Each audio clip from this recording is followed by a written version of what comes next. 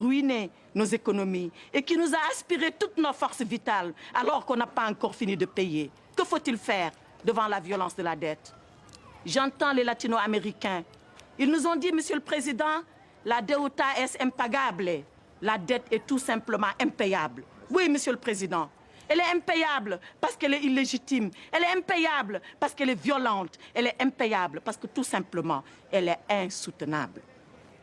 À la violence de la dette vient s'ajouter le bradage de nos biens publics, de nos services publics, de nos services sociaux de base, la privatisation.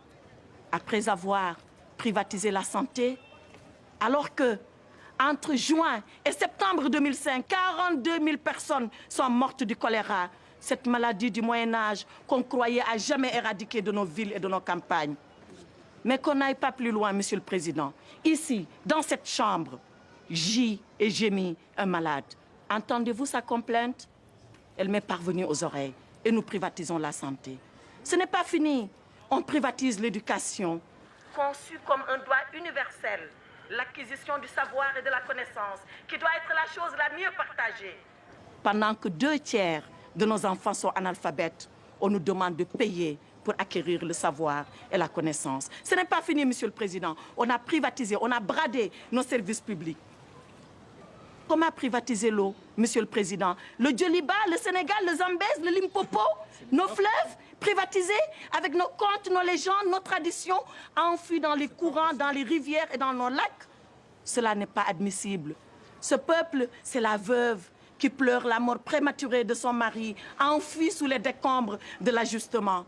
Ce peuple, c'est l'orphelin qui réclame le sein de sa mère, emporté dans les couches, alors qu'il exigeait tout simplement un dû, les soins primaires de santé. Ce peuple, Monsieur le Président, c'est le père de famille, ce compressé du rail, ces messieurs que vous avez entendus, ces dames qui vous ont supplié à votre barre. Le père de famille qui a vu son autorité, qui a vu son influence, qui a vu sa dignité diluée et emportée par un licenciement injuste. Ce peuple, Monsieur le Président, c'est enfin Zégué Bamba. Avez-vous, Monsieur le Président, entendu la complainte de Zégué Bamba?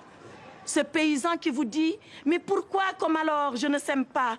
Pourquoi, quand je sème, je ne récolte pas? Et pourquoi, quand je récolte, je ne mange pas ?» C'est cette Afrique, Monsieur le Président, qui vous demande dignement, humblement, modestement, mais légitimement justice, Monsieur le Président. Alors vous la lui rendrez, sa justice à l'Afrique. Vous la lui rendrez, non pas en condamnant la Banque mondiale, non.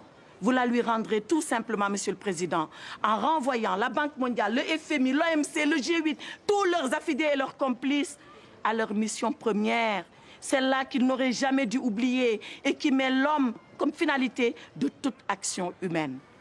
Il vous appartient, Monsieur le Président, vous, par votre plume, qui rendra la décision. Il m'appartient, moi, par la robe que je porte. Il nous appartient à nous tous, parce que c'est notre devoir de génération de provoquer et de précipiter la venue de ce jour.